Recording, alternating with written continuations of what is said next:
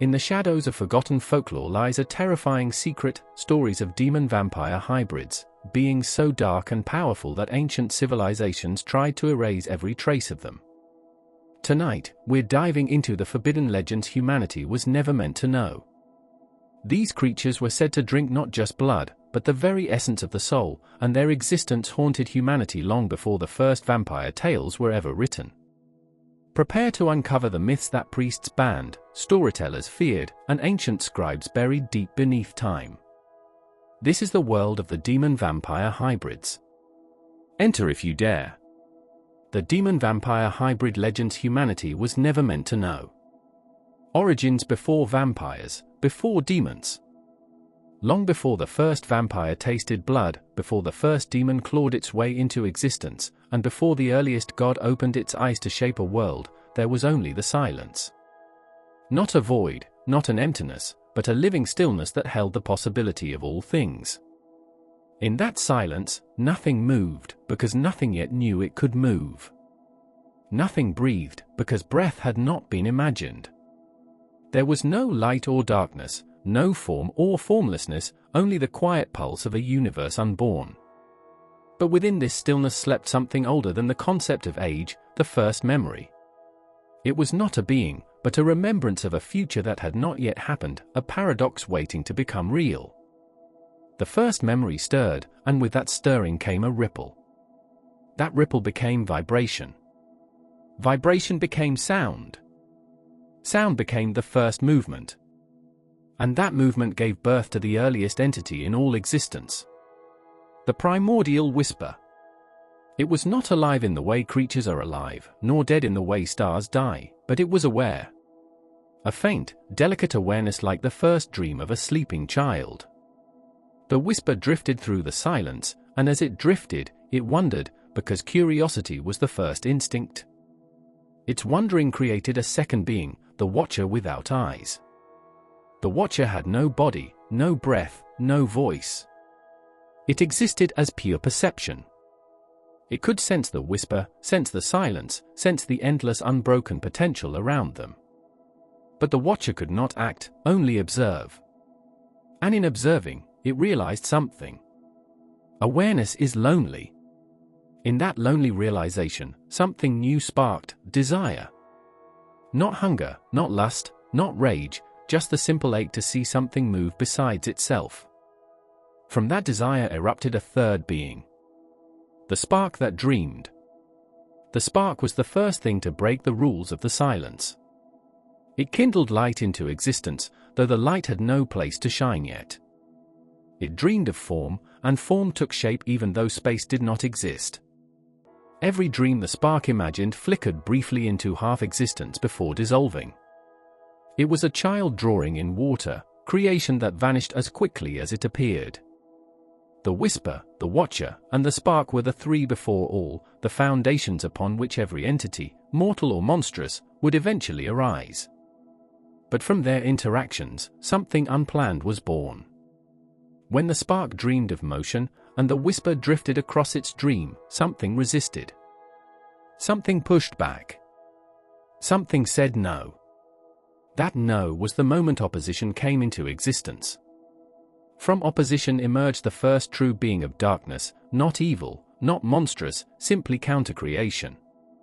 A presence that existed because something needed to define the boundaries of possibility. This presence called itself Karith, the first shadow. Karith was not the ancestor of demons. Demons would come much later. But Karith was the origin of the concept that would someday allow demons to exist. It embodied refusal, limitation, the truth that not all dreams can be made real. The spark hated Karith at once, because it felt constrained. But the Watcher, perceiving deeper, understood the truth: without Karith, nothing would take stable shape. The whisper, drifting as always, cared only that there were now 4 voices instead of 3. And from the tension between creation, the spark, and limitation, Karith, something else formed, something unexpected, fragile, and infinitely important. Structure. Structure became the first law. With law came the first shape. With shape came the first boundary. With boundary came the idea of inside and outside. And from inside and outside came the concept of place. The universe trembled, and then, for the first time, space unfolded. The silence broke. It did not fade but retreated, becoming the unseen backdrop behind everything that would come. The whisper grew stronger, its voice echoing across the newborn space. The spark burned brighter, filling the void with early, unstable stars. The Watcher finally had something to behold. Karith wrapped itself around the newborn cosmos, ensuring that not all possibilities erupted at once. But with creation now moving, a new force emerged naturally and inevitably. Change. Change swept across the young universe, shaping it, tearing it, reforming it. Stars burst and died. Matter condensed and scattered. Patterns emerged. And from those patterns came a rhythm, an echo of the first memory that had started everything. In this rhythm formed the first living beings, though not in any form recognizable today. They were the proto-essences, swirling clusters of thought and motive without bodies. They clung to the stars, drank the warmth of creation, and whispered among themselves. They are the forgotten ancestors of everything with awareness, from future humans to future monsters. Among them were two who would alter eternity. Verhul, the essence of thirst. And Eshmar, the essence of dominance. These two were not yet vampires, not yet demons. They were impulses, cosmic instincts given shape by the early universe. But even then, the qualities that would someday birth vampires and demons lay dormant within them. Verhul thirsted for more warmth, more light, more substance.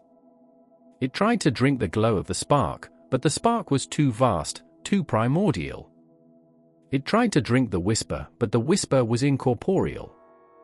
Finally, Verhul reached into the heart of a dying star and absorbed its final burst of energy.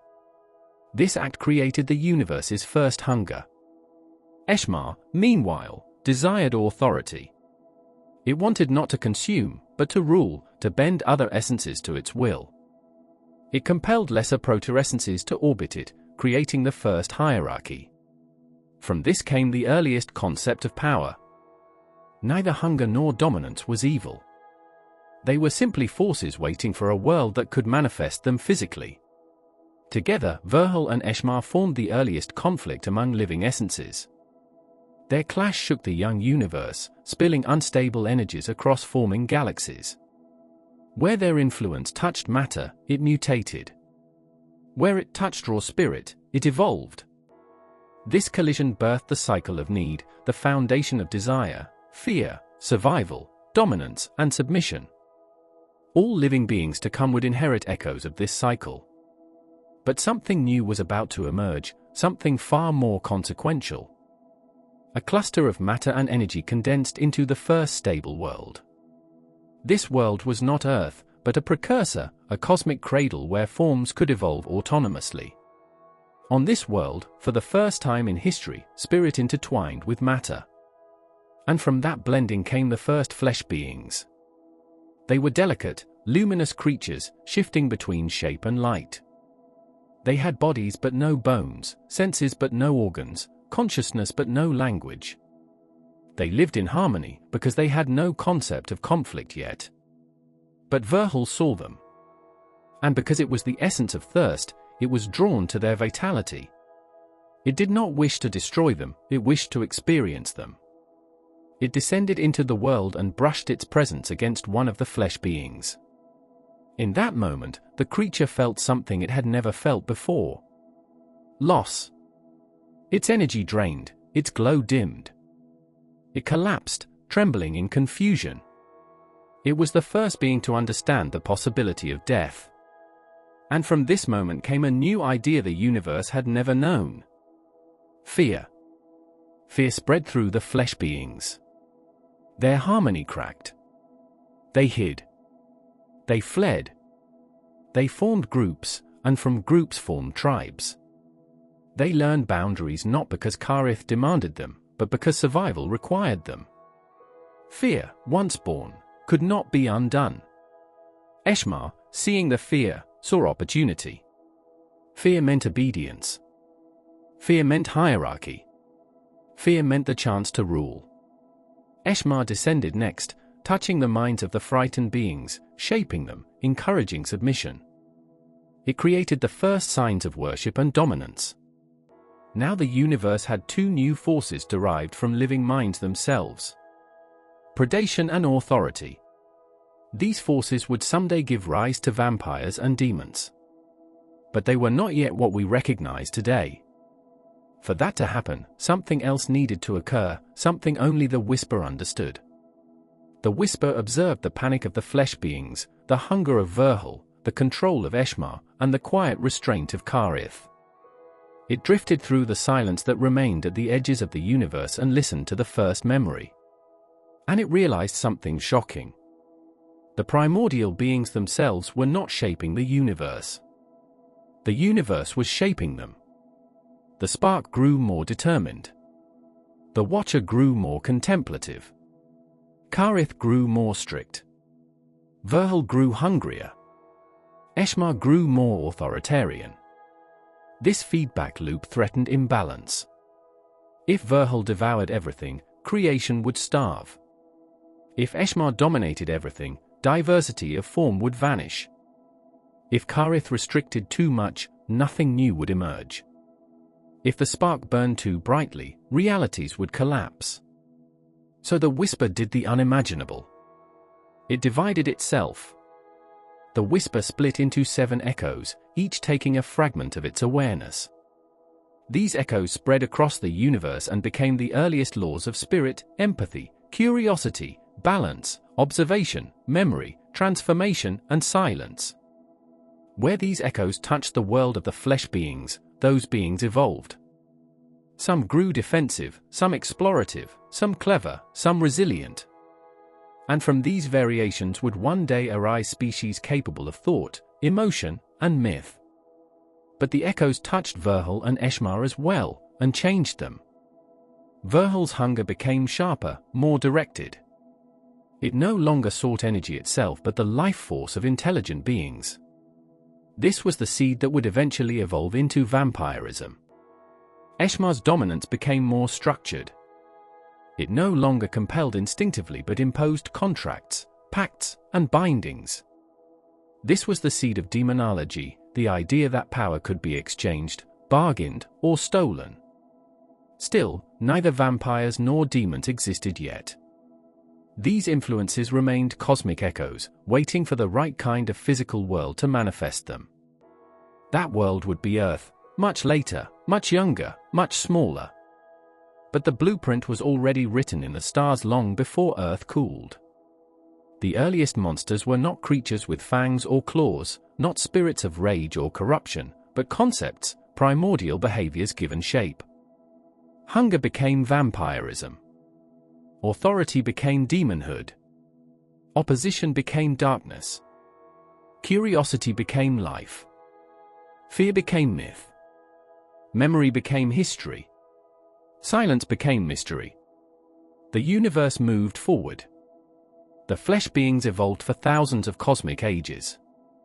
The proto-essences withdrew as matter took greater precedence. The primordial spark settled into the role of sustaining stars. Karith became the boundary between realms. The Watcher withdrew beyond physical space. The 7 echoes waited quietly for new civilizations to interpret them. By the time Earth formed, these forces had already shaped countless worlds. And when early humanity began telling stories in firelit caves, the ancient echoes resurfaced in new forms. Vampires, reflections of Verhul's primordial hunger. Demons, reflections of Eshmar's ancient desire for dominion. Gods, reflections of the spark, the Watcher, and the Whisper. Darkness, Karith's primordial no. Fear, the first lesson learned by the first being touched by Verhul. Thus, long before legends, long before myth, long before humanity had words or fears or dreams, the origins of monsters were written in the fabric of the universe itself. Before vampires, before demons, there were forces older than terror, older than sin, older than form. And even now, deep in the unseen folds of reality, the echoes of the whisper still drift, watching, wondering, and waiting for the next great transformation. The concept of the hybrid where demon meets vampire. Hybrid beings occupy a unique space in mythology, creatures that refuse to belong fully to one world. Yet among all mythic fusions, none provoke deeper fear or fascination than a demon-vampire hybrid, a being shaped by two of humanity's oldest terrors, the infernal and the undead. What follows is both a story and an analysis, a narrative that explores how such a hybrid could exist, why legends of it persist, and what this fusion symbolizes about humanity's darkest imagination. The birth of the twice cursed. Long before humanity kept written records, when small tribes huddled around fires to survive the crawling dark, there was a valley known only as the Hollow of Sighs. Storms never settled there, yet the winds were always cold. The sky hung low, as if the heavens themselves did not dare look directly into the valley's center. According to the oldest oral traditions, something was imprisoned there, a demon from a forgotten war among primordial beings. Not a fallen angel, nor a wandering spirit, but a creature formed from pure malice and ancient hunger. The tribes called it Rakthel, meaning the Starless One. For centuries, it remained bound beneath stone and ash. Then humanity arrived. A small group of nomadic ancestors settled near the hollow, unaware of the prison beneath their feet. They lived simple lives until the winter a young woman named Asha ventured into the valley seeking herbs for her ailing brother. When she did not return for 3 days, the tribe assumed her lost. But on the 4th night, she came back. Changed. Her eyes glowed faintly in the dark. Her skin had grown pale, nearly translucent. And she no longer breathed.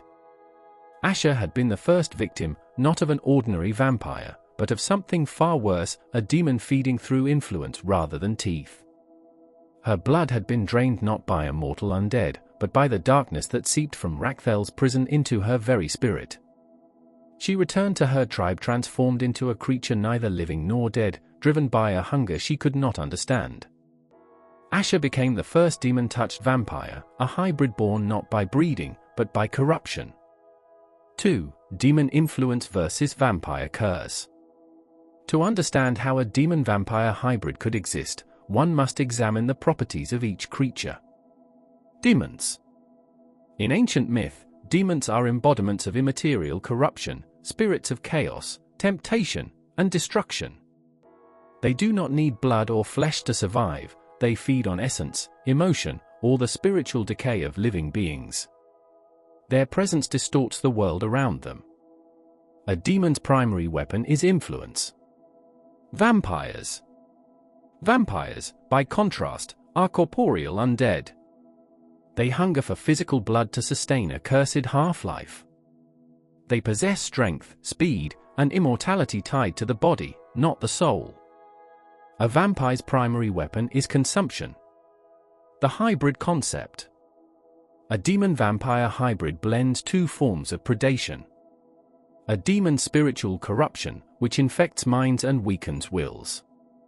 A vampire's physical parasitism, which takes blood and flesh. The result is a being that feeds on both body and soul. Unlike ordinary vampires, which can be killed or driven off, the hybrid carries within it a demonic spark that cannot be destroyed by common means. 3. Asha's transformation. Asha's transformation was not an accident. As she wandered the Hollow of Sighs in her desperation, she unknowingly approached the seal that bound Rakthel. The demon sensed her fear and grief, two emotions demons could easily exploit. Through a crack in the seal, it whispered to her, calling her by name, promising relief for her dying brother. When she stepped too close, the darkness stretched toward her like a shadow rising from the ground. It did not tear her flesh, it pulled at her spirit, draining her life force. She collapsed, unconscious, her soul stained but not destroyed. When she woke, she was cold. She could hear every heartbeat within miles. She was stronger, but the world smelled of blood, as if every living thing offered itself to her. Though she initially resisted, the hunger consumed her. The first person she fed on was her brother, the one she had meant to save.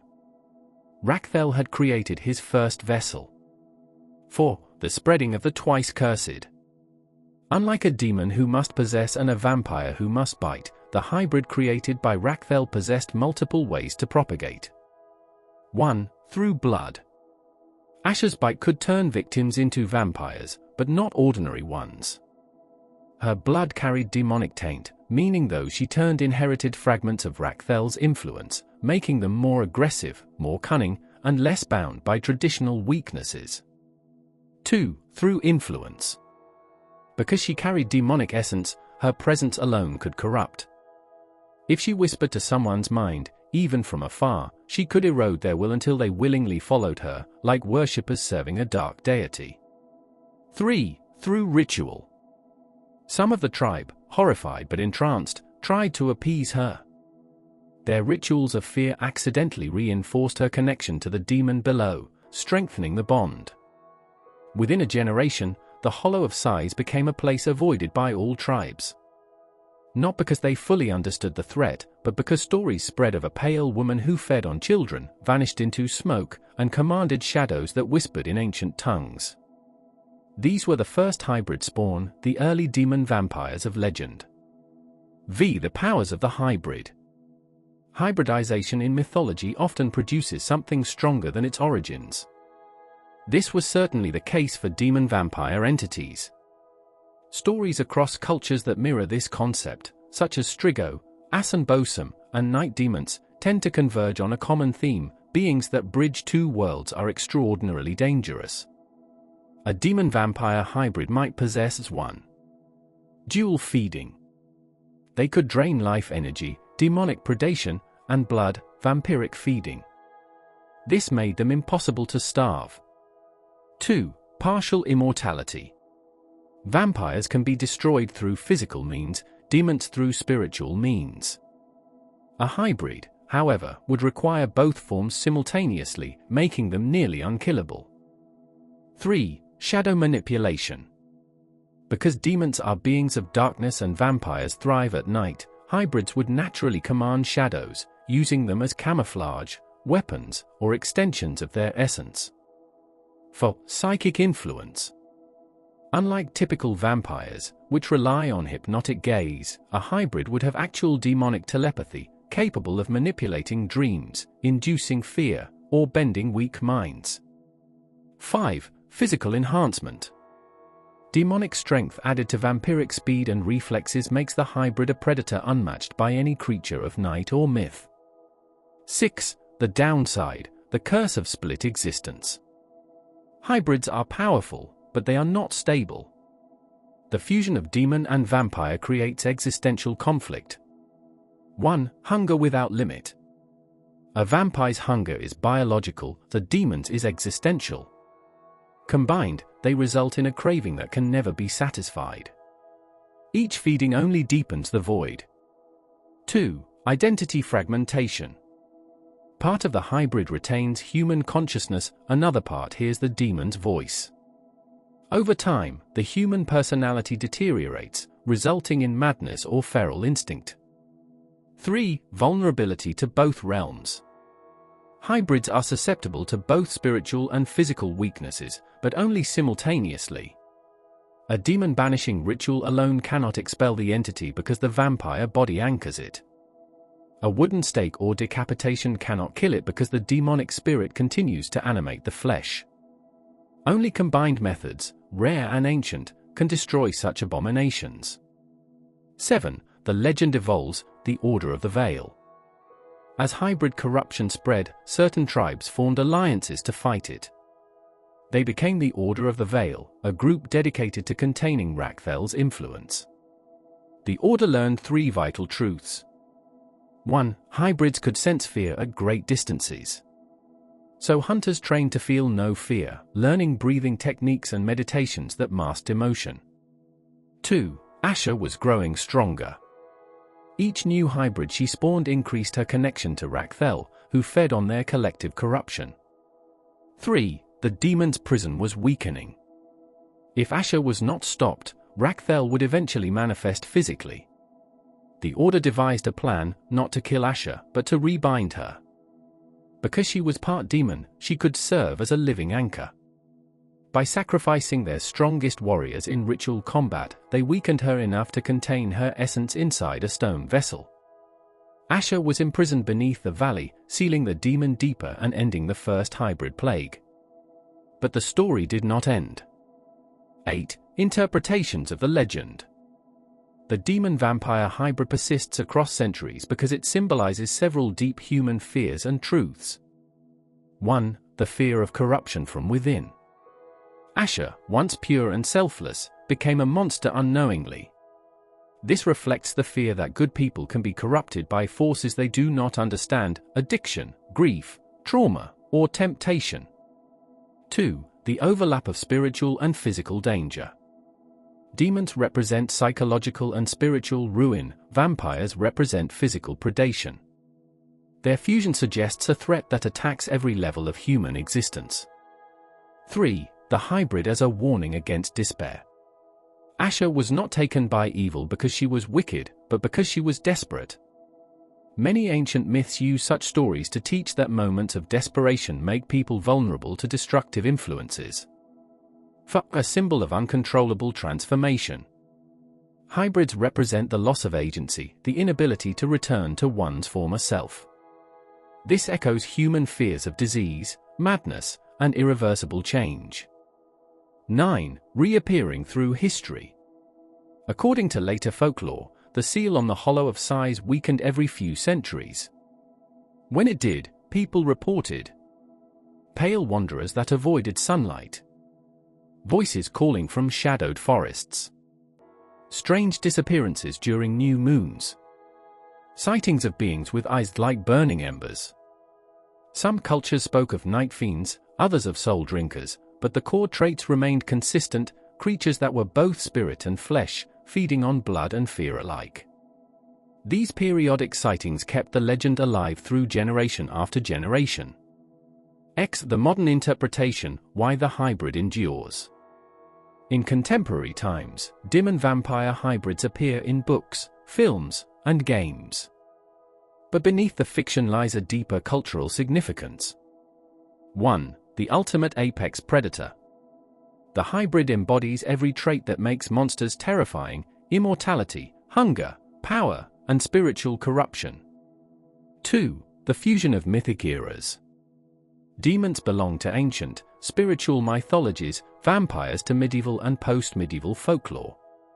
The hybrid unites two major storytelling traditions. 3. The struggle between humanity and darkness. Modern audiences resonate with characters torn between monstrous instincts and lingering humanity. The hybrid perfectly symbolizes this internal war. The monster that should not exist. The story of Asher and Rakhthel explains why a demon-vampire hybrid is feared not simply as a monster, but as a violation of natural order. Demons corrupt souls, vampires corrupt bodies. Together, they unmake both. Such a creature does not merely kill, it spreads ruin, despair, and madness. The legend endures because it reflects the terrifying idea that some combinations of evil were never meant to exist, and once formed, are nearly impossible to destroy. The Ekimu, the first demon vampires of Mesopotamia. Before the rise of kingdoms, before the ziggurats scraped the heavens, the people of ancient Mesopotamia feared a presence older than their gods, older than the first written clay tablets, older even than the first spoken prayers. This presence, drifting between dust and shadow, was known by a name that chilled the blood of shepherds and kings alike: Ekimu. To the Sumerians, the Ekimu were not merely spirits.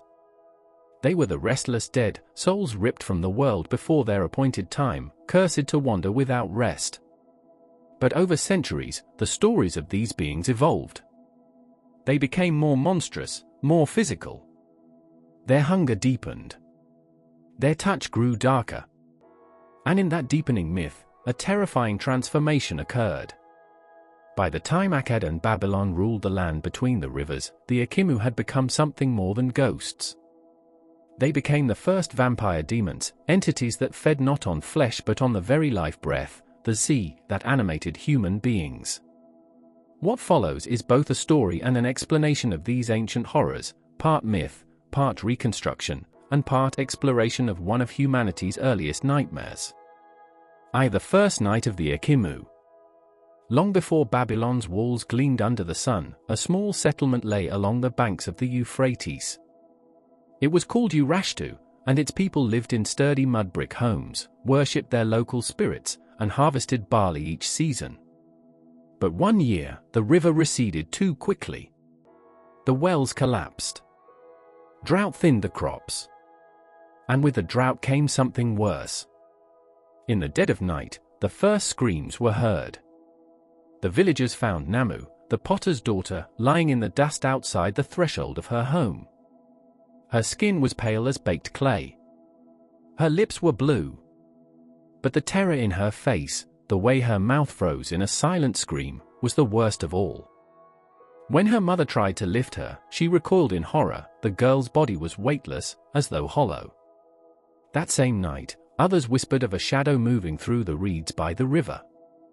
Not quite man, not quite darkness. Thin and elongated, with eyes like glowing embers. It was the elders who first spoke the forbidden word, Ikimu. But what had summoned such a creature? And why had it chosen Urashtu? According to Mesopotamian belief, an Ikimu manifested when a person died without proper burial, without offerings, or through violence.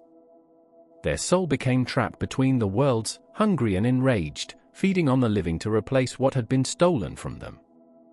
The elders believed the drought had uncovered an ancient grave, one belonging to a forgotten traveler who died alone, unburied, UN mourned. And now, the spirit had awakened. 2. The hunger of breath. The following nights brought more deaths. Always the same, bodies drained of breath, hollow and papery. Livestock collapsed in their pens, lungs deflated as though something had sucked the life from them. Children awoke crying, insisting that a figure had crouched over them in the darkness. The Ikimu did not drink blood like later vampire legends.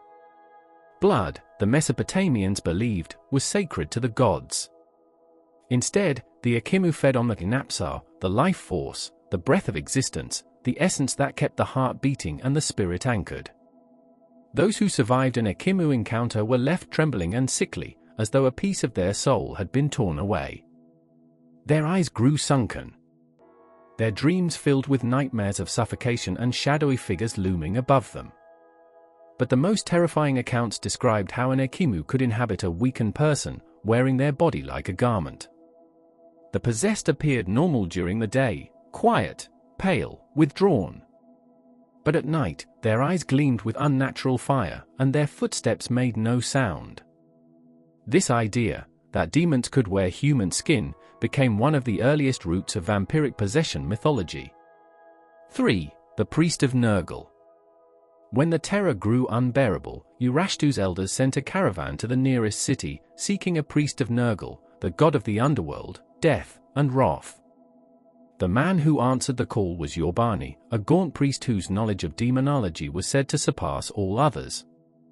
He arrived carrying clay tablets, copper amulets, and incense crafted from cedar and bitumen, the tools used to confront entities from beyond.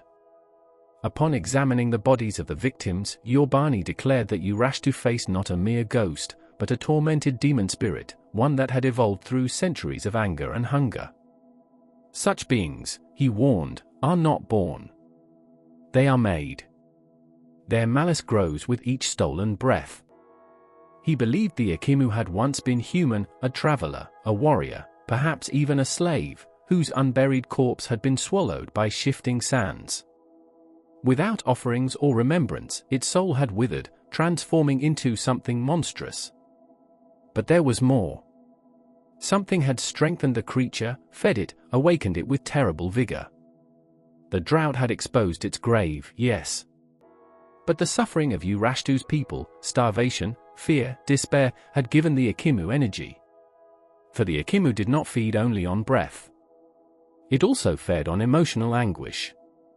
The more the villagers feared it, the stronger it became. 4. The pursuit through the reed marsh. On the 12th night, Yorbani gathered the villagers around fires of cedarwood and sulfur. He taught them chants to repel the spirit. Begone, Ekimu, child of dust! Begone, wanderer of the dead lands! Return to the earth that rejected you! The chants filled the night air, trembling like wind through old bones. But the Ekimu had already chosen its next victim. A young shepherd boy named Tamuzi vanished just after sunset. His footprints led toward the marshlands, then abruptly stopped as though he had been lifted into the air. Yorbani and the bravest men of Urashtu set out to find him, carrying torches and knives etched with protective symbols. As they entered the marsh, the air grew icy. The reeds rustled despite the stillness. And then they heard it, a rasping sound like inhalation, long, slow, greedy. The Ekimu rose from the shadows, its form shifting like smoke, limbs stretching unnaturally long. Its face was a twisted echo of humanity, hollow eyes, teeth like obsidian shards, and a mouth that opened far too wide. In its arms, limp and pale, hung Tamuzi. Yorbani commanded the men not to run. An Ekimu hunts the breath. Fear gives it wings. But the creature lunged. What followed was chaos, shouts, splashes, torches dropped into the muck. Yorbani whispering desperate incantations. The Ekimu striking like a serpent, draining air from the lungs of those who dared to face it. At last, Yorbani hurled a sacred tablet, etched with the seal of Nurgle, into the ground before the demon. The earth trembled. The marsh water recoiled. And for the first time, the Ekimu screamed, a sound like tearing cloth mixed with the cries of the dying. It fled into the night, leaving Tamuzi gasping but alive. How the Ekimu were born. Explanation based on mythology. The Ekimu appear in ancient Assyrian and Babylonian writings, described as restless, malevolent spirits of the unburied dead. Their existence reflects early Mesopotamian fears, improper burial, social exclusion, sudden death, and the loss of ancestral ties. Over time, the Ekimu myth absorbed characteristics that resemble later vampires. They drained life from victims. Not blood, but breath and spiritual vitality, an early form of energy vampirism. They stalked the living in physical form. Sometimes invisible, sometimes appearing as shadowy humanoids. They possessed weakened individuals, echoing later traditions of vampiric enthrallment. They were created by violent or unjust death. Similar to how many cultures believed vampires were created. They could not rest without ritual intervention. Burials, offerings, exorcisms, or summoning underworld deities. Thus, the Ekimu represent one of the earliest recorded foundations of the vampire archetype, centuries before Slavic, Greek, or medieval European traditions emerged. 6. The Binding Ritual. Yorbani knew the Ekimu could not be destroyed, only bound. These spirits were fragments of the underworld, cursed but eternal. To end its attacks, he needed to locate its original grave. The villagers followed him into the wasteland beyond Urashtu, where dust storms often reshaped the terrain. After a day of searching, they found a collapsed pit, a skeleton lying twisted, half exposed to the sun. No offerings. No markings. No name. This is the birthplace of its hunger, Yorbani said. That night, they performed the ancient Kispu rites, offerings of bread, water, and incense to appease the dead. Yorbani placed a clay tablet inscribed with the Ekimu's new name, a symbolic replacement for the identity it never had in life. But as they began the ritual, the air shifted. The Ekimu had returned, enraged. It erupted from the skeleton like smoke igniting from cold fire. Yorbani stood firm as it charged him, claws extended, breath like desert wind. He raised his staff and shouted the command of binding. Z-Saga! Return to your dust! A violent gust exploded through the pit. The villagers watched as the Ekimu's form tore apart, dissolving into threads of shadow pulled back into the bones. The earth cracked. The air stilled. Silence. The ritual had worked. But Yorbani fell to his knees, drained, pale, trembling. The Ekimu had taken something from him in its final moment, a piece of his Z, leaving him weaker for the rest of his days. 7. the legacy of the first vampire demons. Urashtu slowly recovered. The drought ended. The wells refilled. Life returned to the village. But the memory of that dreadful season, the season when breath itself could be stolen, never faded. The story of the Akimu spread from village to village, then to cities, then across empires. Over time, the tale evolved. The Akimu became a symbol of what happens when the dead are dishonored or forgotten. In certain later writings, the Akimu were said to stalk cemeteries, deserts, and abandoned places, thin, corpse-like, feeding on the energy of the living. This interpretation made them proto-vampires in every sense: undead, hungry, cursed, predatory. They represented the fear of dying unknown, the terror of wandering after death, the dread of having one's life stolen in the night. The Mesopotamian people believed that anyone could become Akimu if denied proper burial or remembrance. Thus, the myth was also a warning: honor the dead, or they will return hungry. 8. The final lesson: why the Akimu still matter. Today, the Akimu are often overshadowed by later demonology and vampire myths. But their essence still lingers in modern storytelling. Whenever we imagine ghosts that suffocate their victims, whenever we hear legends of shadow creatures stealing life energy, whenever tales describe the undead created by violent death, we are echoing beliefs that began in ancient Mesopotamia. The Akimu were not just monsters. They were symbols of loneliness beyond death, unresolved injustice, spiritual hunger born from neglect.